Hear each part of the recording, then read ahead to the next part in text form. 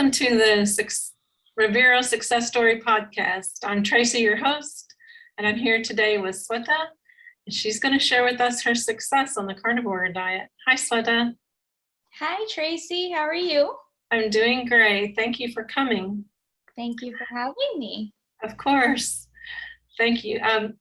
The first question is, how did you come to carnivore? What health conditions did you have prior, and what kind of foods did you eat?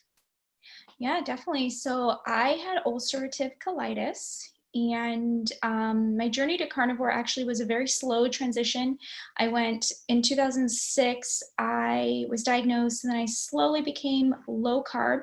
After low carb, I sort of played around with paleo, went back to low carb, and then for a very long time. And then I went into keto in 2017, slowly transitioned over to Ketovore. And then I found Kelly Hogan on Instagram in 2020. And then, we're all locked in at home. So I watched her a lot. And then, of course, Steak and Butter Gal and some of these, carnivore doctors are following these people. And Dr. Fit and Fabulous. And then here I ended up February 2021, I just sort of fell into carnivore fully. I was like, I'm going to do this. Yeah. So. Awesome. Okay. So that's quite a serious health condition then. Yes. That you had. Did your different low carb and keto, did that help the ulcerative colitis? I was on medication the whole time I was low carb. So I did have bouts of remission, but I was always on the medicine. And then once I went keto, I started to have longer periods of remission. I was actually able to taper off my medicine for a little bit there, but the veggies and the fruit became a problem. And so I noticed I started having flares, and they would come back. And so I said, what if I just eliminate all of this? And that was the veggies and the fruit definitely caused flare-ups for me. Right away, I noticed them. The first thing was like tomatoes. And then, I would go into the GI doctor, and she's like, well, you're just going to end up being someone who eats more predominantly meat. So yeah, that sounds good. So your ulcerative colitis was controlled by your medicines then, and you didn't have to have any surgeries or anything? No, fortunately, I think I got sober in 2007. So I think just stopping the heavy drinking helped a lot. And then but I had severe colitis, and I think just stopping the drinking, and then also I found out shortly after that I was a sugar addict, carb addict. And so I put the sugar and the carbs down, and then paleo kind of happened in there, but I saw that I did have a problem with those things. And then the keto treats were causing addictive sort of behavior. So carnivore was just sort of the way to go. Right. And you found Kelly Hogan, so that was a great situation, I'm sure. Yeah, I was watching her all the time back then. I mean, I still do. And she was a huge source of, she's a woman who has 3 children. I have 2 kids of my own, and she's living her life, and she's happy and she's healthy. And just her story, when she met her doctor, that story I could listen to over and over again, and how he told her to basically, stop eating carbs, and, 0 carb is what she did. And I was like, okay, she can do this. I think maybe it took me a while of watching these people to, they kind of, then you're like, well, I see enough information here, and you do your research, and I jumped in. Awesome. Okay, so you did Ketovore, and so you were very carnivore. Mm-hmm. How was it when you went carnivore and gave up the keto things? I love meat, so it wasn't so hard because I was getting to eat like steaks and ground beef and all the meat, right? Like eggs. You really can. There's so much you can eat, and you can go anywhere and get meat unless you go to like a vegan restaurant, which I don't, but like you really can get meat anywhere. There's plenty of barbecue joints. There's plenty of, but like cooking became easier. All the food in my fridge started to get used up. Like my food doesn't get thrown away. It gets eaten, So it wasn't, I think at that point I had just wanted to feel better, and I was kind of frustrated with the veggie thing. So it wasn't so hard.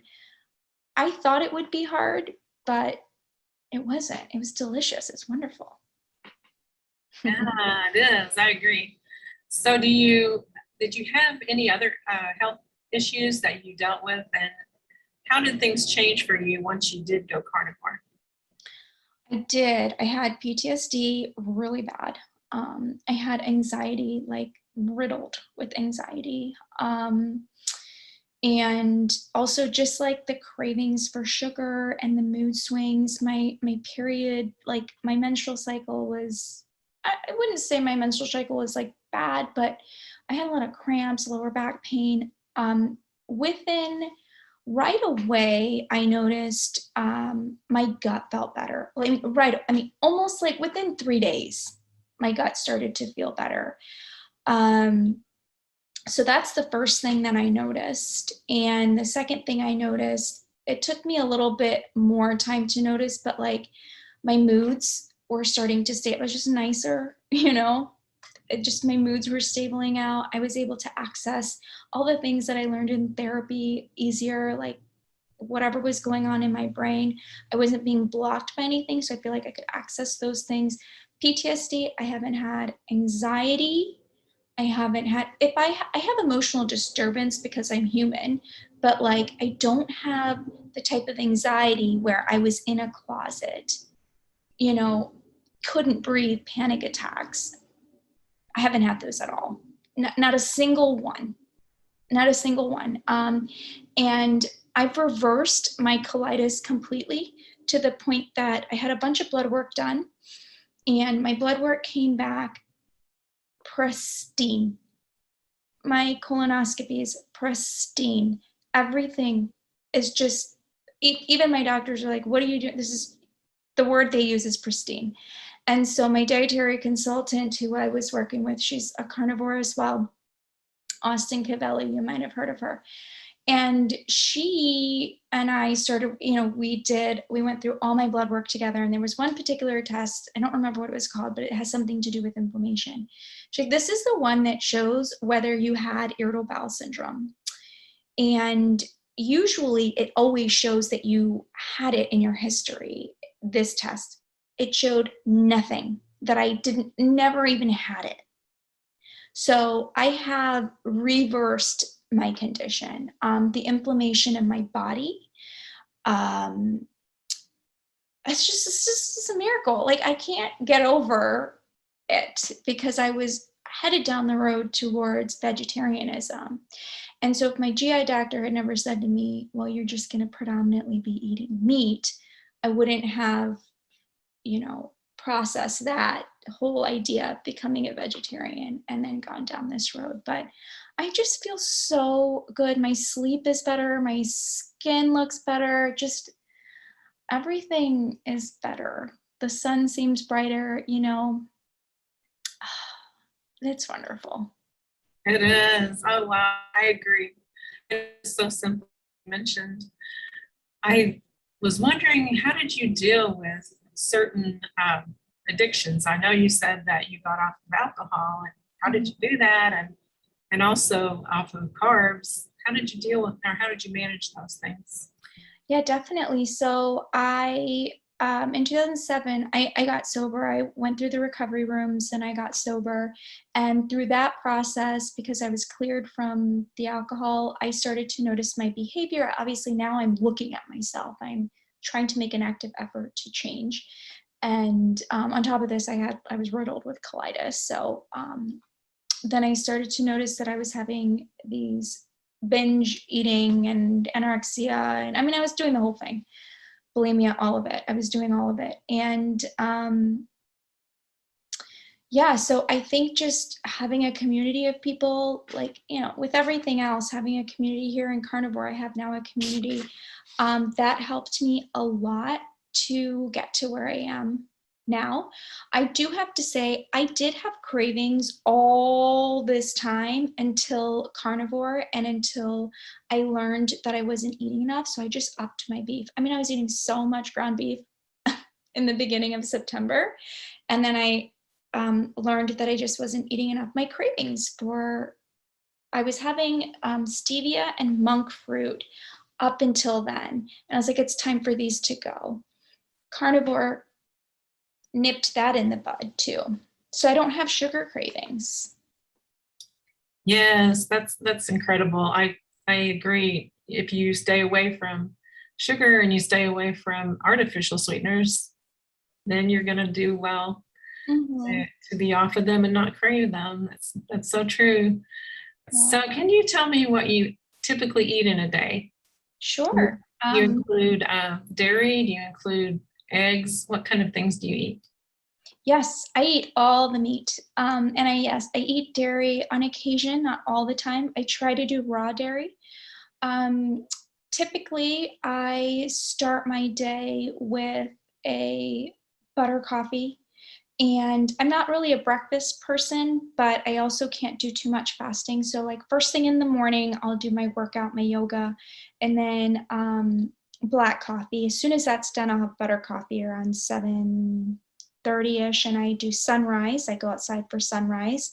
And then around 11 o'clock to 12 o'clock, I will have, on the days that I'm on my menstrual cycle, I'll eat 2 ribeyes for lunch. And then, or I'll have like 6 eggs cooked in butter. I eat salmon.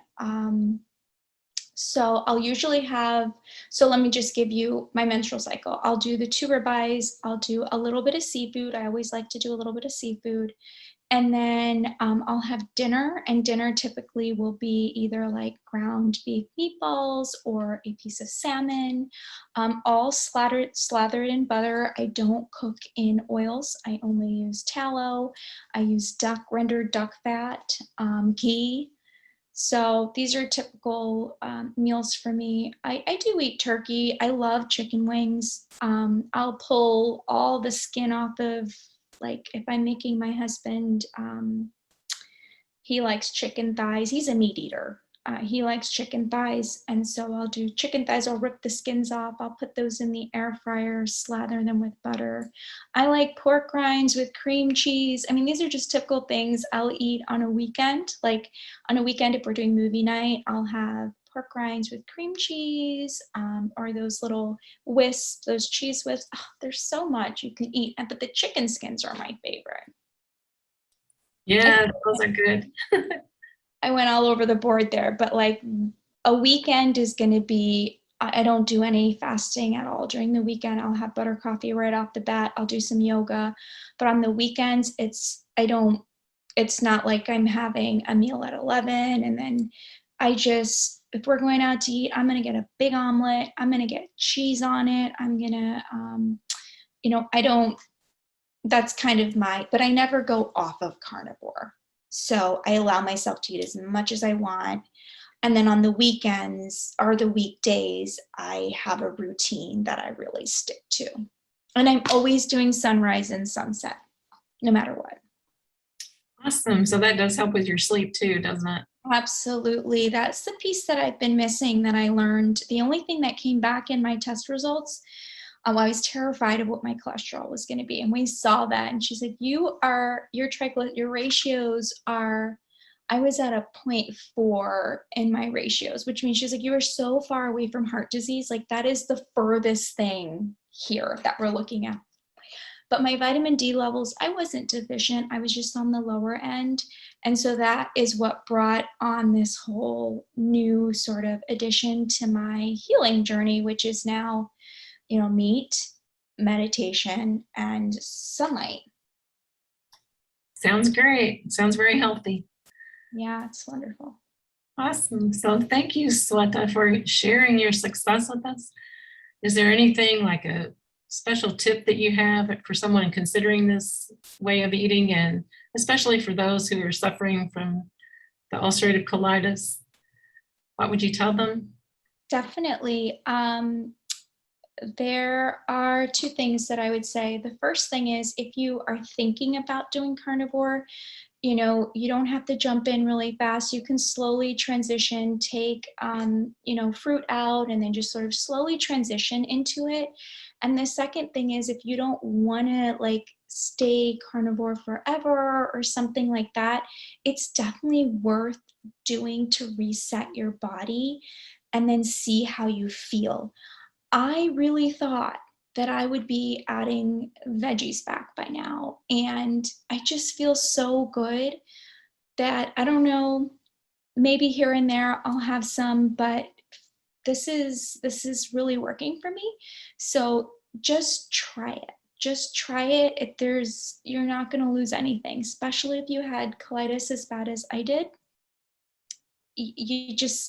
You might gain something. I definitely think it's worth a try. And you don't have to do it forever, but just give it a try. That's perfect. Perfect. I appreciate you sharing your success with us, and I know it'll help many people. I hope you have a great day. Thank you so much, Tracy. Thank you for having me on. This was wonderful. I appreciate it. It's always wonderful to be able to share my journey and help others. Thank you, Sweta. Thank you. Bye-bye. Bye.